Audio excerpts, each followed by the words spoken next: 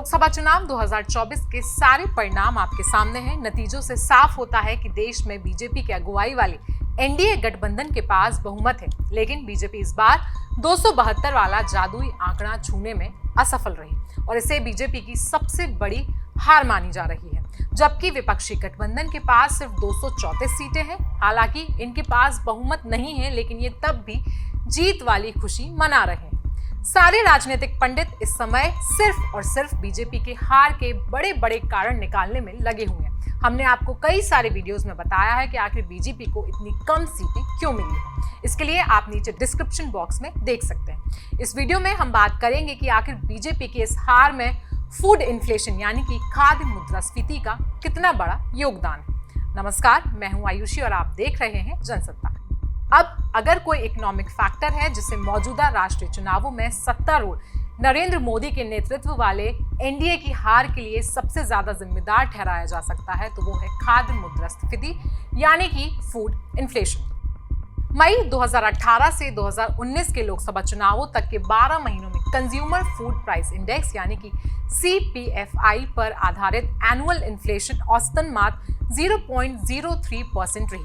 लेकिन इस साल के चुनावों के पहले 12 महीने यानी कि मई 2023 से अप्रैल 2024 तक ये खुदरा खाद्य मुद्रास्फीति यानी कि रिटेल फूड इन्फ्लेशन एवरेज 7.88% रही है, जिसका साफ साफ मतलब है कि पिछले चुनावों के हिसाब से इस बार के चुनावों में फूड इन्फ्लेशन कई गुना ज्यादा था।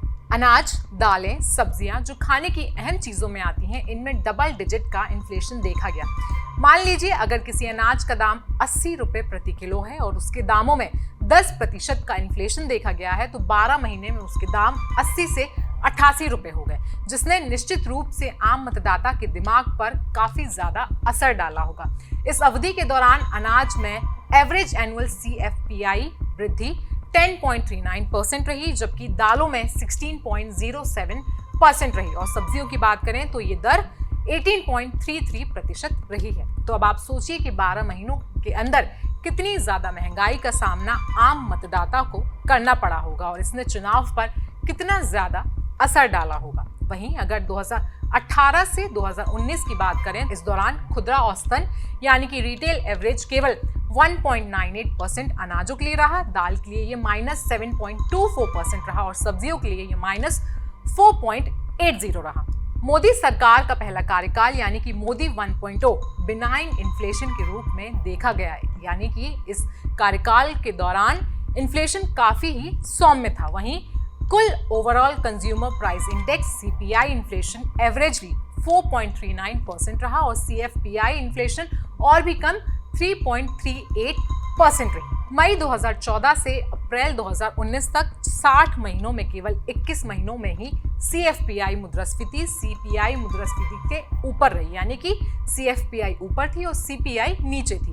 मई 2019 से अप्रैल 2024 तक मोदी सरकार के दूसरे कार्यकाल में मोदी 2.0 में ये एकदम उल्टा हो गया, जो आप अपनी अभी स्क्रीन पर चार्ट के द्वारा देख सकते हैं, जहां सामान्य CPI मुद्रास्फीति औसतन 5.69% रही, तो वहीं भारतीय रिजर्व बैंक के मध्यम अवधि के लक्ष्य 4% ज्यादा थी, यानी कि ये RBI के बताए गए दर से कई ज्यादा थी।